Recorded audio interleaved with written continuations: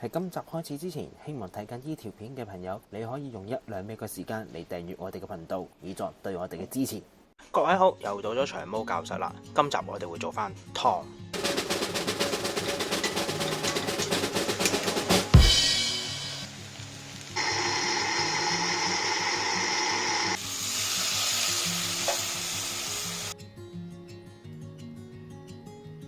咁自從番茄湯之後，咁我哋都好耐冇做過湯啦。咁今次我哋會做咩湯呢？咁臨近情人節啦，咁我哋會做海鮮湯嘅。咁見台面上面啲材料都好豐富啦。咁我哋仲有2種材料要加嘅。咁嗰2種材料就係青口同埋蜆。咁我哋會另外煮嘅。咁呢，我哋會先做咗個湯底先。咁我哋呢度好簡單嘅啫。咁我哋就會用原隻蝦啦。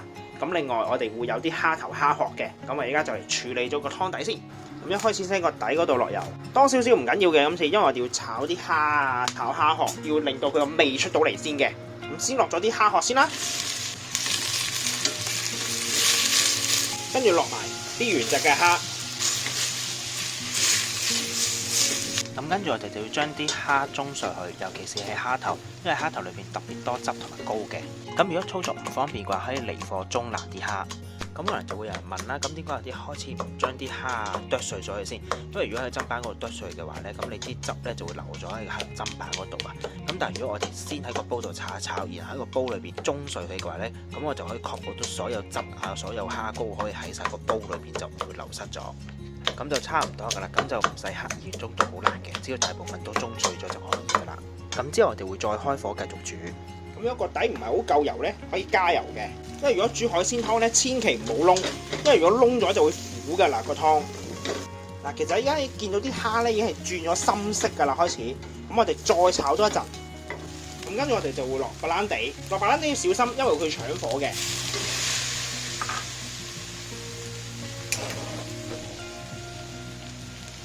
如果屋企係用電爐嘅話咧，咁好似我頭先咁，揾支火槍噴一噴佢，咁就可以噶啦。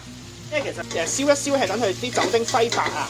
咁當所有酒揮發晒嘅時候，我哋就可以落洋葱。咁白蘭地個作用咧，其實令到個蝦湯更加香嘅。咁有少少類似我哋中餐讚酒嘅效果。咁當洋葱轉咗啡色啦，咁我哋就可以落埋其他菜嘅。所以先落咗紅蘿蔔先，勁葱，然後係西芹。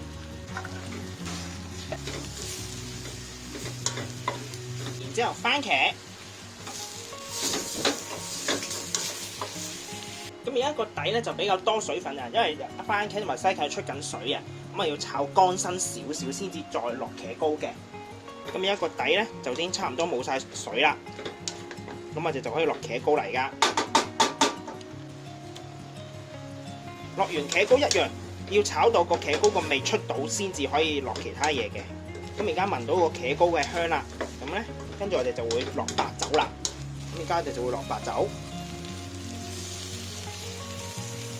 咁等所有酒揮發晒，差唔多乾晒啦，見底嘅時候先至好落水。咁而家收晒汁啦，咁我哋就可以落水嚟㗎。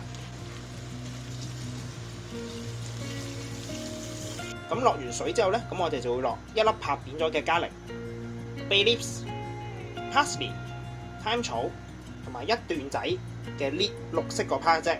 咁跟住今次我哋就唔使煲太耐嘅，因為海鮮湯咧佢唔可以煲好耐㗎，煲得太耐咧佢有咁澀味出到嚟嘅。咁我哋今次純粹係照舊啦，滾起去，然後simmer 45分鐘就夠㗎啦。咁跟住就要隔渣。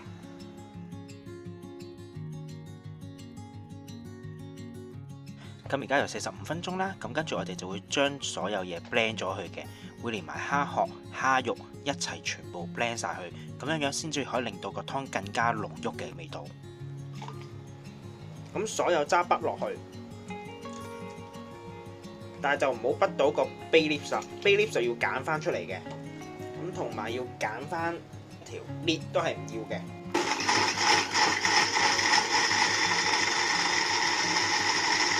咁如果屋企有啲好強力嘅 blender 就最好啦，因為可以將所有蝦殼啊、蝦肉 blend 到爛晒，咁你攞出嚟嘅味道更加好嘅可以。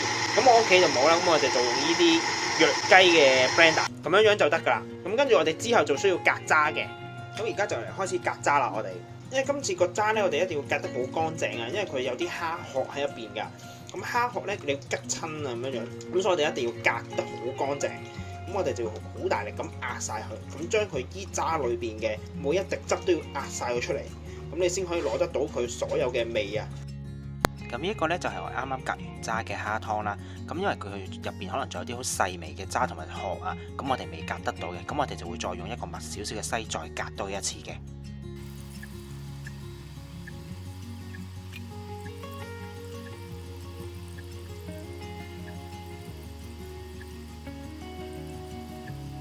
咁呢啲咧就係啱啱我哋未隔出嚟嘅細微嘅渣啦，咁我哋呢啲都要隔咗佢嘅。咁呢一個呢，就係我哋啱啱隔晒所有渣嘅蝦湯啦，咁我哋就會再攞去 reduce 多佢一陣嘅，因為等佢個味可以更加濃郁。咁之後我哋就會將青口同埋蜆嘅汁加埋落去一齊再煮嘅。咁煮完之後呢，就會成為咗我哋嘅海鮮濃湯噶啦。咁我哋就先煲起佢，然後 simmering 俾佢 reduce 1/3，咁剩低2/3我哋就夠噶啦。咁 reduce 緊嘅同時咧，咁我哋就可以加鮮滷子。因為海鮮湯同鮮滷都係夾嘅，咁但係如果買唔到鮮滷嘅話呢，咁我哋亦都可以加鮮滷子落去代替嘅。咁而家都 reduce 得差唔多啦，咁我哋就去熄火。咁然之後呢，我哋就可以準備青口同埋蜆噶啦。咁你準備一個熱 pan 落油，跟住加牛油。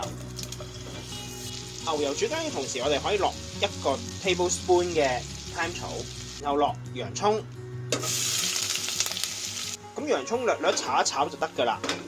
咁之後就可以加青口同埋蜆，炒一炒佢，然後加白酒。加完白酒就要即刻冚蓋，等佢焗一焗。雖然我哋個青口同埋蜆係熟嘅，咁但係因為始終都係 frozen 過啊，咁我哋呢就要再煮一煮佢嘅。咁如果係新鮮嘅青口同埋蜆嘅話呢，咁你就要煮到佢所有蓋都係打開咁先至得嘅。咁差唔多啦，咁打開個蓋俾大家睇睇。咁你見到其實而家咧就有好多汁嘅，因為佢啲係青口啊同埋蜆嗰啲汁嚟嘅。咁呢啲汁咧我哋會同個蝦湯嗰度撈翻埋一齊再煮嘅，咁就會成為咗我哋做最後嘅海鮮湯噶啦。咁呢個時候咧，因為青口同蜆唔可以煮太耐嘅，咁我哋要隔翻晒所有青口同蜆出嚟先。咁可以聞到好大陣牛油同埋白酒嘅香味。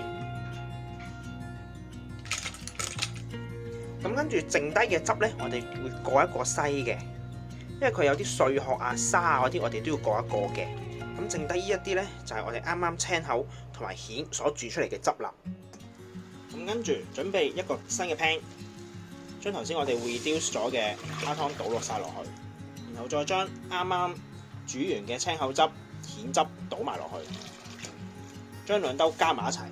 咁呢度我哋亦都係 reduce 佢1/3嘅。咁因為頭先我哋唔記得隔翻啲鮮滷子出嚟啊，咁而家我哋就要咧隔翻啲鮮滷子出嚟先。咁個湯而家已經得噶啦，咁可能有啲人覺得個湯比較稀啊，咁我哋可以加翻個麵撈落去，令到個湯結翻少少。咁而家就同大家做埋個麵撈啦。麵撈好簡單嘅啫，只需要落牛油，牛油就千祈唔好煮燶佢，純粹溶咗嚿牛油佢先。咁跟住牛油同麵粉嘅份量係一樣嘅，咁然之後攪勻佢。要煮到係點樣樣咧？煮到係你聞落去係冇麵粉味，同埋啲牛油係俾麵粉索晒嘅。咁而家呢個咧就係威糊啦。咁我哋要煮耐少少，煮到佢變 brown 糊。咁要不停咁攪，千祈唔好俾佢燶。咁呢個時候再落多1 teaspoon 嘅茄膏，攪勻佢。然之後熄火，熄完火之後加少少我哋嘅蝦湯，然後先攪勻佢，將呢個份量。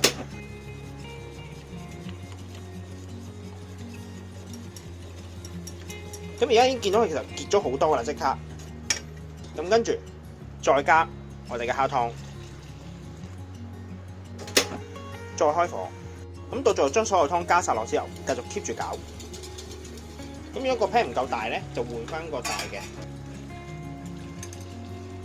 到最後我哋就落100 ml 嘅 cream 落去，咁等佢煮翻滾。滾咗之後就熄火。到最後我哋將剩低嘅蝦仁切粒。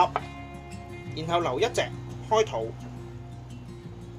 跟住我哋就會攞呢啲蝦仁粒同埋原隻嘅蝦攞去煎一煎，同樣落少少牛油，咁牛油用晒啦，就落蝦仁粒，咁炒熟咗就得噶啦啲蝦仁粒。到最後就原隻蝦，咁同樣煎熟佢就得噶啦。